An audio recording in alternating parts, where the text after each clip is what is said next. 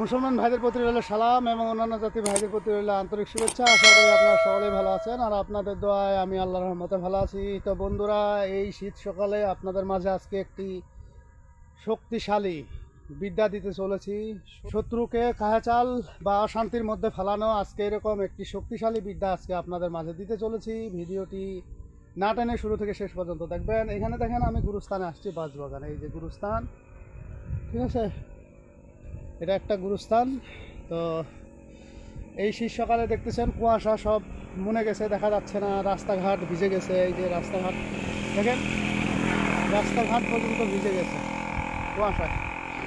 তো আজকে আপনাদেরকে আমি একটি শক্তিশালী উপায় দিব, যে উপায়টির মাধ্যমে শত্রুকে ক্যাচাল লাগাই দিতে পারবেন, যত হাজার মাইল দূর থেকে হোক না কেন। আজকে বলা উপায়টি দিয়ে অ্যাপ্লাই করতে পারবেন।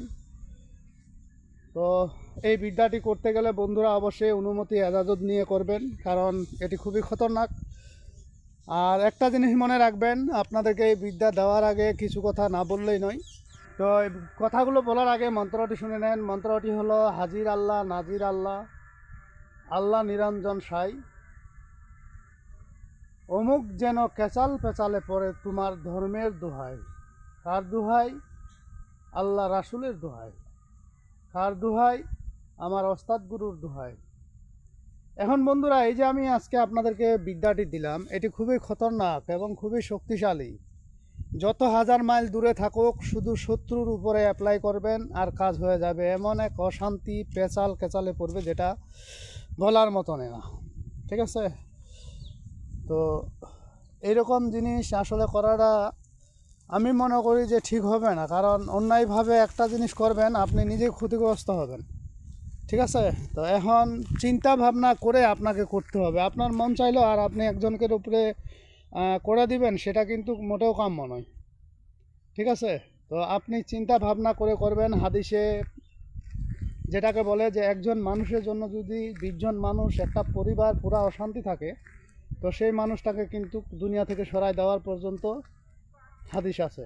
তো কাজেই অন্যায়ভাবে কোনো কিছু অ্যাপ্লাই করবেন না, অন্যায়ভাবে কারো ক্ষতিগ্রস্ত হবে না। আজকে বলা উপায়টি যদি আপনি করতে চান, যদি আপনি করেন, তাহলে কি হবে? ওই লোকটা অশান্তি ক্যাচাল, যদিও ভালো ভালো খাচ্ছে, চলছে ফিরছে, টাকা পয়সার অভাব নেই, কিন্তু ওর ক্যাচালের শেষ হবে না, ওর পেঁচালের শেষ হবে না, অশান্তির শেষ হবে না। চতুর্দিক দিয়ে অশান্তি লেগেই থাকবে, আসতেই থাকবে একটার পর একটা অশান্তি, বিপদ।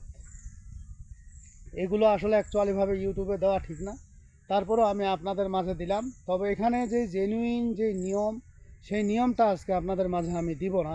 তবে এটা না দেওয়ার উদ্দেশ্য হলো, কেউ আমি একটা জিনিস দিয়ে ফেললাম, এখন দেওয়ার কারণে দেখা যাচ্ছে আপনি যেটা মন চায় সেটা করে ফেললেন। তো এইভাবে তো আসলে অ্যাকচুয়ালিভাবে করা যাবে না, ঠিক আছে?